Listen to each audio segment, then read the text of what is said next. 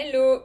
On va voir ensemble les essentiels à avoir pour un bain sécurisé, confortable et agréable pour votre tout petit. On va aussi évoquer les différentes façons de donner le bain. J'ai fait une série de vidéos que vous pourrez retrouver, les indispensables pour plein de thèmes différents autour de bébé, les essentiels soins, vêtements, repas, etc.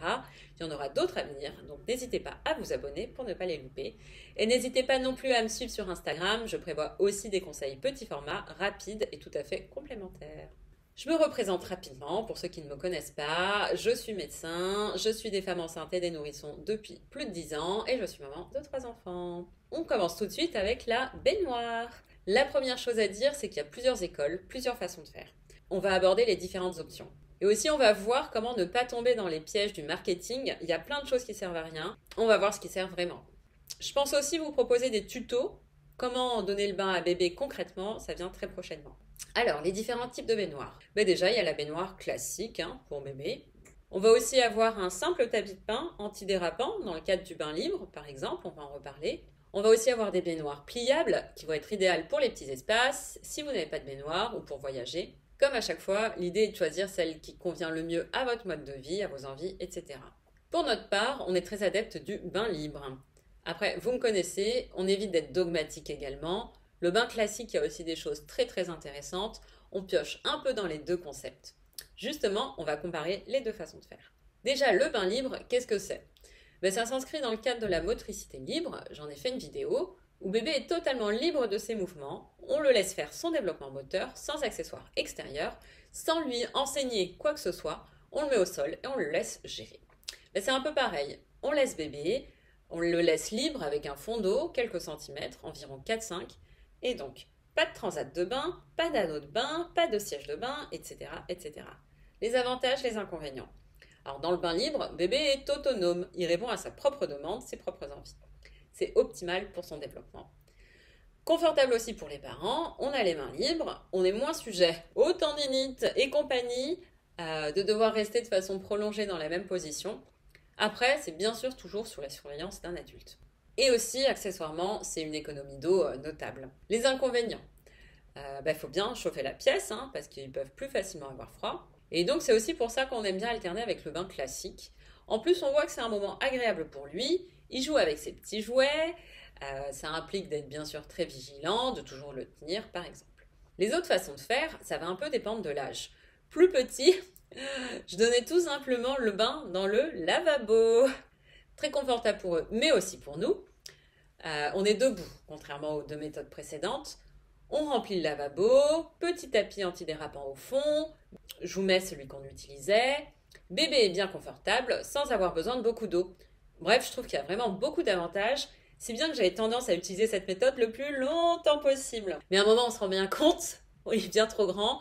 J'ai le souvenir de mon mari qui arrive et qui me voit continuer à donner le bain comme ça à Gaspard, qui était vraiment limite. Il me dit, je crois qu'il va falloir passer à l'étape suivante là. Et j'ai dû me résoudre au fait que mon bébé avait grandi.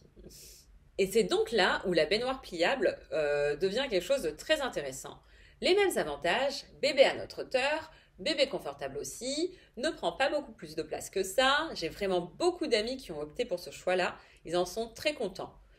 Là, bébé va avoir 1 an. Mais si j'en étais au stade des préparatifs avant la naissance, j'en aurais clairement fait l'acquisition. Encore une fois, ça permet de pas mal épargner son dos et ses articulations. Donc rien que pour ça, ça peut valoir le coup. Dans ce cas de la baignoire pliable qui fait l'unanimité autour de moi, c'est la Stocke, je crois que c'est cette marque-là. Je vous préciserai tout ça en barre d'infos. Et ensuite, dernière façon de faire, la douche tout simplement. Quand ils grandissent, forcément. Mais là, bébé a 11 mois, on peut carrément. Ça va beaucoup plus vite si on n'a pas le temps, c'est-à-dire quasiment tout le temps. Peu d'eau sans perdre en confort. En général, je passe vite à cette méthode. D'autant que j'ai un bébé avec une peau sensible. Et dans ces cas-là, c'est conseillé de faire au plus vite à cause du calcaire qui peut leur agresser la peau. Ensuite, on va parler de la température de l'eau. Elle doit être idéalement à 37 degrés. Et donc, pour déterminer ça, un thermomètre de bain, c'est indispensable. Nous, on a celui-là qui est super, quasi 1 an d'utilisation. Il est super fiable. C'était même une copine qui me l'a donné. Donc, il est encore plus ancien que ça. Et franchement, il fait totalement le job. Alors, conseil intéressant, si vous voulez tester l'eau du bain, alors ne la testez pas avec la paume de la main, qui n'est pas assez sensible pour ça, c'est toujours conseillé de la tester avec l'intérieur du poignet. Voilà, pour qu'on puisse vraiment se rendre compte de la réelle température. Alors, chapitre suivant, quel produit de bain utiliser? Pour la peau sensible de bébé, ça va être vraiment très important de regarder, de bien veiller à la composition, sachant que parfois on tombe sur des produits censés être destinés au bébé et qui contiennent des substances controversées. Alors, un gel lavant 2 en 1, moi je trouve ça parfait, pratique pour le corps et les cheveux. J'utilise encore et toujours celui de la marque Corinne de Farm. Parfois on alterne avec d'autres aussi, je pourrais vous les mettre. Moi j'utilise pas d'huile de massage, etc. L'autre possibilité, c'est d'utiliser directement de l'huile de douche pour laver et hydrater en même temps. On a celui, je me rappelle plus de la marque, mais je vous le mettrai, c'est le gros bidon jaune et bleu. Alors tout ce qui est parfum, moi j'utilise pas du tout. Petit ajout de toute dernière minute, on est la veille au soir avant de poster la vidéo et je viens tout juste au montage de me rendre compte que je vous ai pas parlé de tout ce qui va être crème hydratante. Alors j'ai toujours tendance à dire qu'on essaye d'appliquer le moins de produits possible sur la peau fragile d'un bébé, sauf que là on a un bébé vraiment avec une peau très très sensible, type atopique, donc là clairement si on fait rien il va avoir limite la peau à vif, le pauvre, avec le calcaire de l'eau après la douche. La pédiatre disait que c'était un petit peu généralisé dans notre quartier. Et donc du coup, c'est dans sa chambre là, mais je vous afficherai à l'écran ce qu'on utilise pour remédier à ça. Tout ce qui va être accessoire pour rendre le bain quand même un peu plus amusant. Des jouets de bain pour distraire bébé. Moi j'ai tendance largement à privilégier ceux qui se nettoient facilement, qui ne sont pas fermés comme les sprays pour arroser bébé, parce que ça peut facilement moisir à l'intérieur. Donc je privilégie les bateaux ou les passoires comme celle-là. Une grande serviette avec une capuche pour l'envelopper et sécher rapidement. Bien sûr, on peut totalement utiliser une serviette classique, mais moi je trouve ça super pratique d'arriver, de mettre la capuche sur sa tête et de refermer pour qu'il soit totalement enveloppé. Si bien que les capes de bain, on en a tout un lot. On s'est notamment fourni chez Verbaudet. Alors, les conseils classiques des erreurs à éviter.